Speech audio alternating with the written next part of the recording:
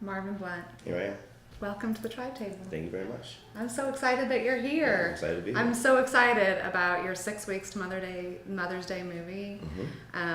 I just read it, so we kind of had to go through all of the films and decide what we wanted to kind of focus on and Right. people that we wanted to reach out to, and you were in it for sure because, oh my gosh, it sounds beautiful. So one of the things that I loved about 6 weeks to Mother's Day is we talk a lot about building your tribe, and that you're not always born into the family that is healthiest or best for you, and so how do you do that? And 6 weeks to Mother's Day is about a tribe of humans, a tribe of people Absolutely. that have a very special mother. Yeah, primarily a tribe of women, actually. It It's a is. tribe of women leaders, so you guys are Good. definitely on the same page. Good. Well, tell us a little bit about the story because I'm really excited about it. All right, so 6 Weeks to Mother's Day is a documentary, and it's about this very unique orphanage school in the Thai jungle and the incredible matriarch that opened the school 35 years ago. She's kind of been dubbed like the Mother Teresa of Asia. Yeah. So the basic premise of the film is that every year kids come back from all over the country that have grown up with kids who she saved, or who she's taken care of, who she's raised. They come back from all over the country on Mother's Day, and they throw a giant Mother's Day celebration for her. And the reason I call it that the school is unique is when she originally opened the school, she was looking for a different school system, particularly to help a lot of these kids that had suffered a lot of different kinds of trauma and had been really abused or just ridiculously poor. So she opened a school which uses an education system called Summerhill, and this system allows the kids to vote equally with the adults on all of the village issues. And kids are also allowed to choose what they want to study. So they went from being kind of the least empowered kids in the country to immediately, as soon as they get there, they're the most empowered. A 7-year-old's vote would count just as much as the principal's vote in the village issue. That's amazing. Yeah. All right, so obviously you found this story. Somehow you found this story. Yeah. So, and doing this story and documentaries, the storytelling is always fascinating to me because it's such a journey. Yeah. And you don't know where it's going to go. Definitely don't know where it's gonna go. So first you make the choice to hop on that train and ride it. So what were some of the reasons how did you find it, and why did you decide to do this story? I found the school by mistake. Essentially, that's how it began. I was doing research on a completely different project. I was on my way to Cambodia. I spoke to a colleague and I had asked, "Hey, I'm going to be in Bangkok for a couple days. Do you know of any similar organizations to what I was studying?" And she gave me a list, and I chose 2 of them. And the day that I was supposed to go, they both canceled that morning. And my colleague who is now my producer, she looked at the list and she said, "The only place you could go is this school." I spoke to them. I said, "You can come today." And they said, "No, they have nothing to do with the topic. Like, I don't want to go there." Absolutely not. I looked at their website. I hated the website. It was just everything about the place was like, "No, this has nothing to do with what I'm doing." And she was like, "Oh, you can just stay home and be bored then." And I went, I like her. I had a new camera. I had a new Nikon DSLR, and I was Yeah. like, "Well, I'll just go and test it out and take pictures." I really Yeah. wanted to play with my camera, so I went out there, and then once I got to the school was when I realized I had just stumbled onto something that was way on the jungle, and I realized I'd stumbled on something very special. And then as soon as I met the mom of the school, Mother L, that was when I was like, "Oh, I've really stumbled. Like, no one knows about this place. It's kind of secluded. No one's ever heard of her." Meanwhile, she's saved thousands of lives. She's helped revolutionize education in the country.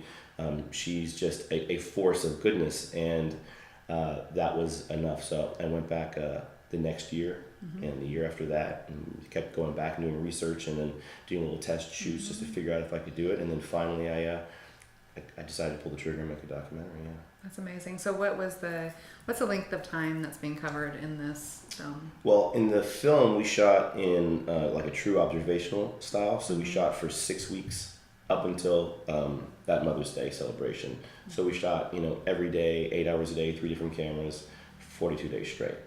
So you went for several years before you Yeah. dug into the actual filming. So what were what were the Mother's Days that you observed before then? Did you get to see some before then and the years that you went? No, I had never been there on Mother's Day. Okay. Actually, I had been there usually in between different shoots that I was working on. So I would fly out. Like one time I went and taught a photography class with a translator to try to integrate myself into the village, and then also like just get the trust of the people there.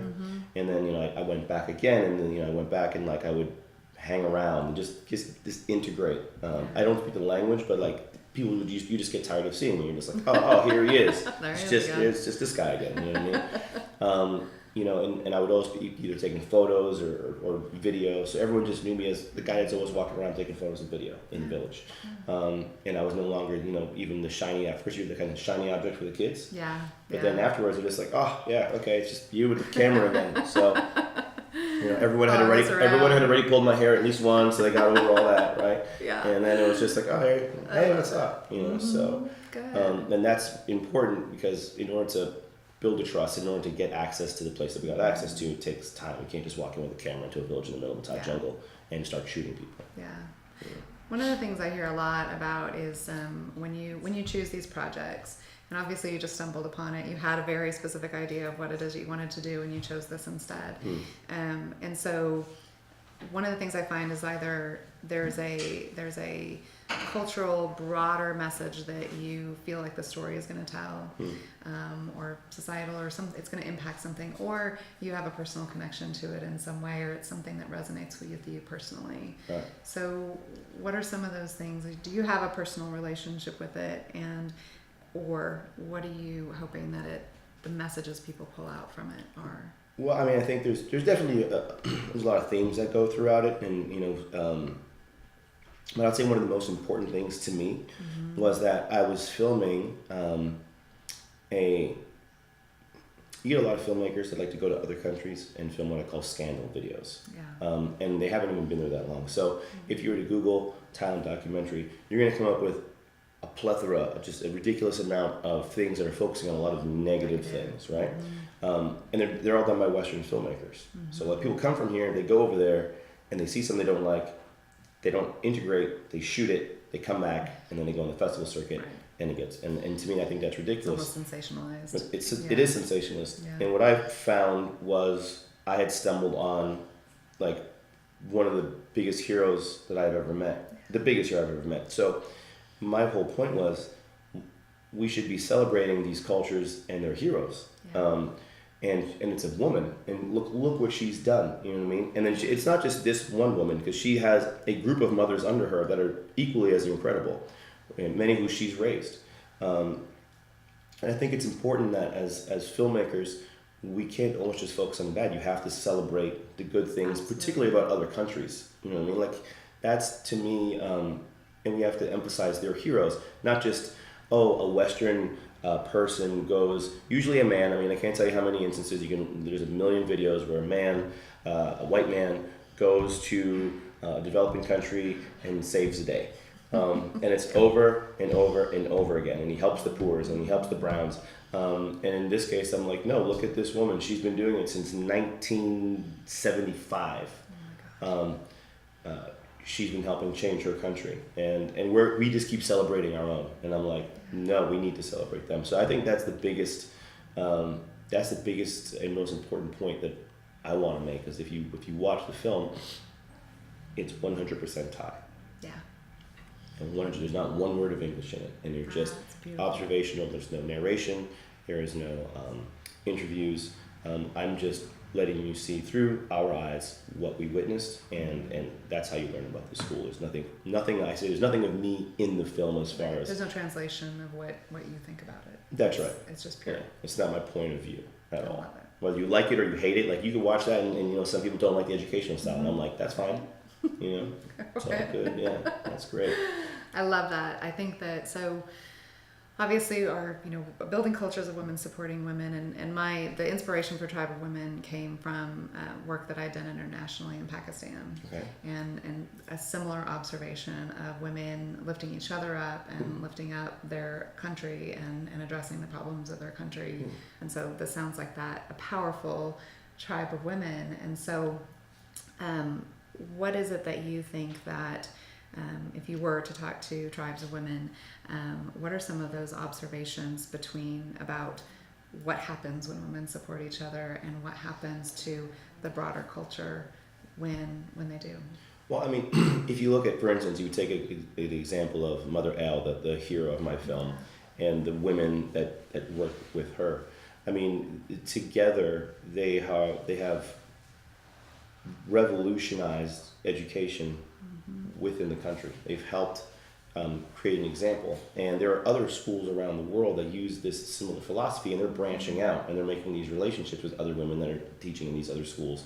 And it's, when you eventually watch the film, I think that what you'll see is that the system that they're using really does have benefits for kids, and I almost feel like it seems like it's even more kind of a motherly, you know what I mean? And that's the thing, like she's, you know, what I call her, you know, I've always said, like, you know, Mother Al's like, she's like a badass to me. She's like a superhero.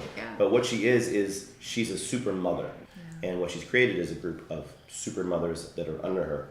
And together, I mean, they have, you know, they are really changing the country. They're changing education, and they're inspiring others. And that's really, particularly now that the word is kind of getting out about these guys, it's really, other teachers are really beginning to reach out.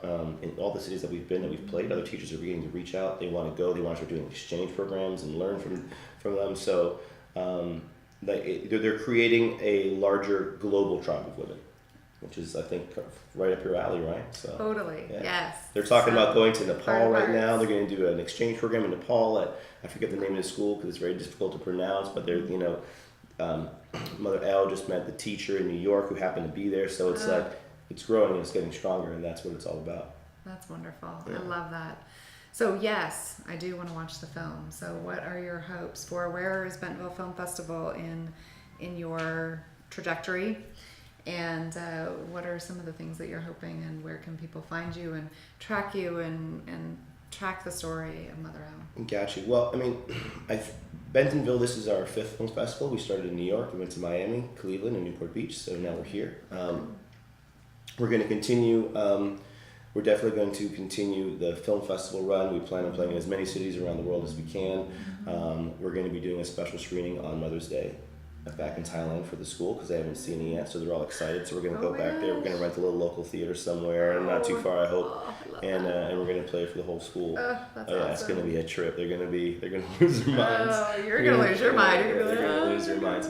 But you know, ultimately, I think any filmmaker that makes a film, your primary goal is for people to watch it, and then you want them to take away what they feel is best for them to take away from the film. And I think there's a lot of, you know, this is a very warm-hearted film. I think it makes you really appreciate the things that we have in life. It makes you appreciate your mother a lot more, and maybe it makes you look at a country in a completely different light. So any of those things are things you can take away, and whatever anyone can take away is what I hope they do. You're able to follow us easily, 6weekstomothersday.com. It's the number 6 and then weeks to Mother's Day. We are on Facebook. We're at 6 Weeks to Mother's Day. Instagram at 6 Weeks to Mother's Day, and Twitter at 6 Weeks to Mothers. Good. I love it. 6 Weeks to Mothers. I don't even know that translates in an interesting way. I'm like, gosh, I wish it only took 6 weeks. It's not 9 months. It's killer. Just kidding. Well, I love it. So the last question, because we do have you know, a more good men aspect to what we do, and the couple of different ways that we look at that is either, you know, people need to see good men in order to be good men, and kind of the role of men helping lift women up.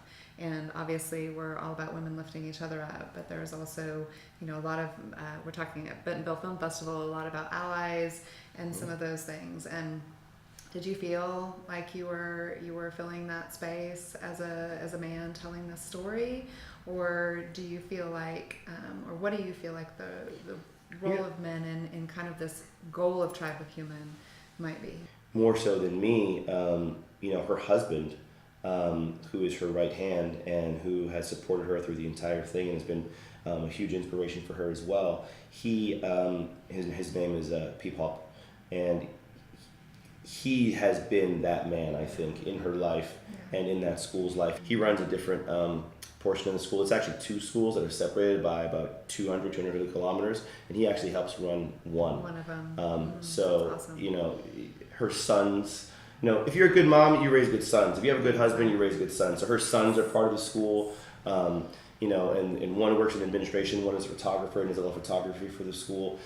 So I think that, you know, raising a good man is super important. My mom raised a good man, I hope, and I think that she's raised a lot of good men, and that's why she's surrounded by really good men. I love it.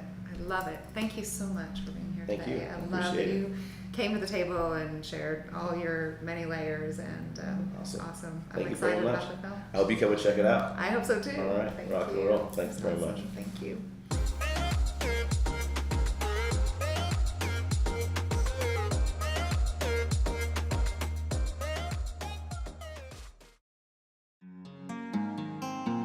Sometimes I need to unplug.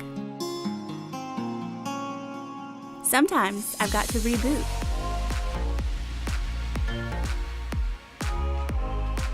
Sometimes I just want to sleep. But I always want to connect with you. Get into Brew Moods, aromatherapy lotion powered by a mindfulness app.